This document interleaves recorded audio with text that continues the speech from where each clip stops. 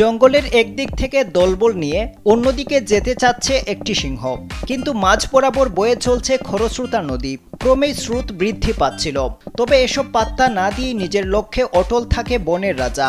ভয়াবহ পরিস্থিতিতে নদী পার হওয়ার সিদ্ধান্ত নেয় দলনেতা।